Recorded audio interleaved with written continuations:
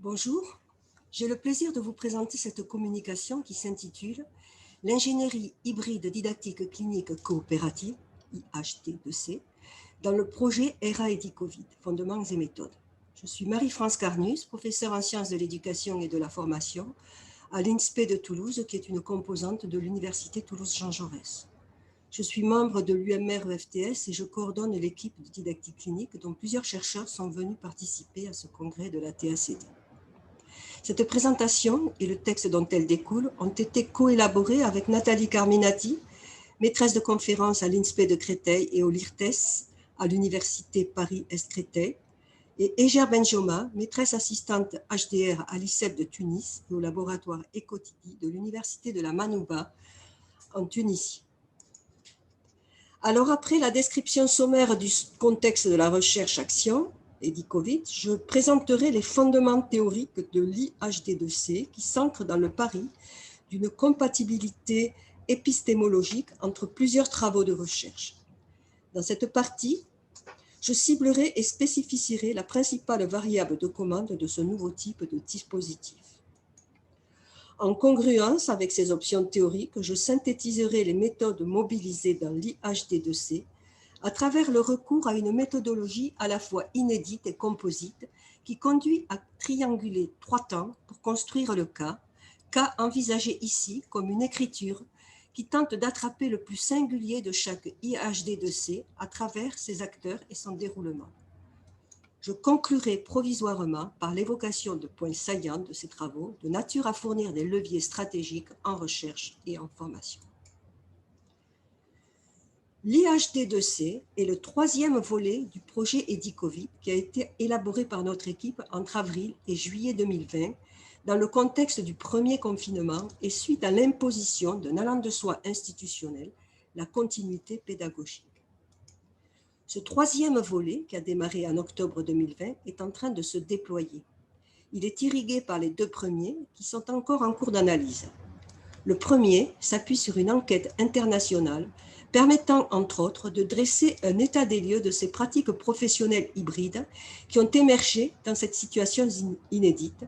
Et le second volet renvoie à l'analyse de récits de pratiques de professionnels volontaires, permettant de comprendre ce qu'il s'est joué et se joue encore chez les sujets de l'institution.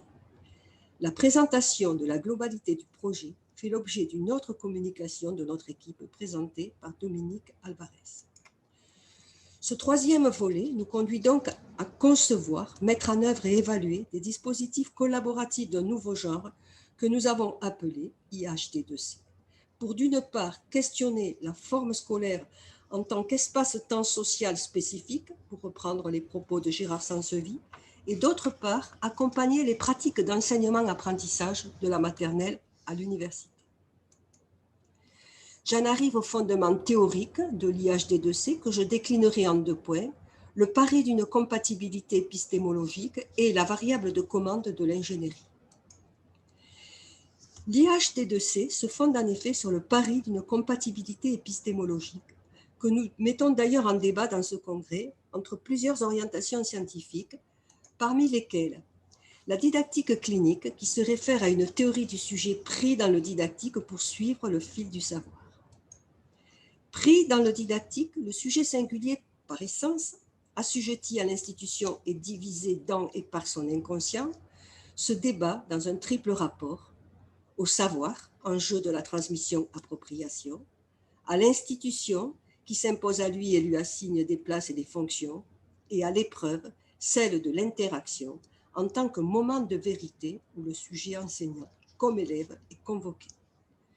D'autre part, l'ingénierie didactique coopérative, dans la lignée, l'évolution et les emprunts aux travaux pionniers de Gérard Sansevy, qui s'organise notamment autour du postulat de la mise en synergie des acteurs au sein de collectifs partageant des objectifs communs à des fins de recherche et de formation. Chaque collectif agrège potentiellement autour d'un collaborateur de terrain, un chercheur éthique, un spécialiste de la discipline, un spécialiste TIS, un représentant académique, un représentant de l'établissement dans lequel se déroule l'ingénierie, un représentant des usagers concernés et, au cas échéant, d'autres collaborateurs. Dans cette équipe pluridisciplinaire et pluricatégorielle, chacun contribue avec son déjà là à la production collective. La principale variable de commande de l'ingénierie est relative au degré d'hybridité de la séquence d'enseignement co-construite par le collectif.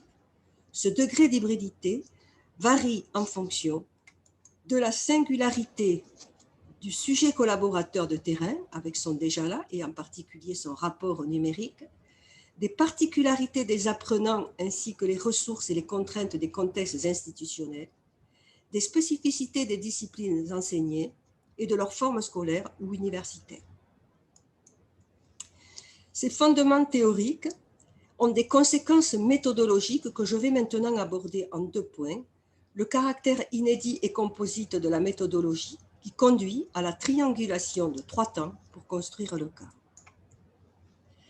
En congruence avec nos ancrages théoriques, notre méthodologie tente d'articuler la temporalité de l'ingénierie didactique avec ses 4 phases chronologiques, les analyses préalables, la conception et l'analyse a priori, la mise à l'épreuve, l'analyse a posteriori et la validation interne, avec la méthodologie temporelle de la didactique clinique en 3 temps, le déjà là, l'épreuve et l'après-coup. Ainsi, pour construire le cas de chaque ingénierie, nous triangulons les 3 temps de la méthodologie didactique clinique selon le protocole suivant.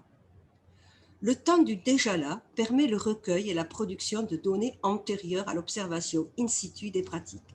Il s'agit notamment des réponses aux questionnaires d'enquête et des récits de pratique renvoyant aux 2 premiers volets de la recherche, action et DICOVID.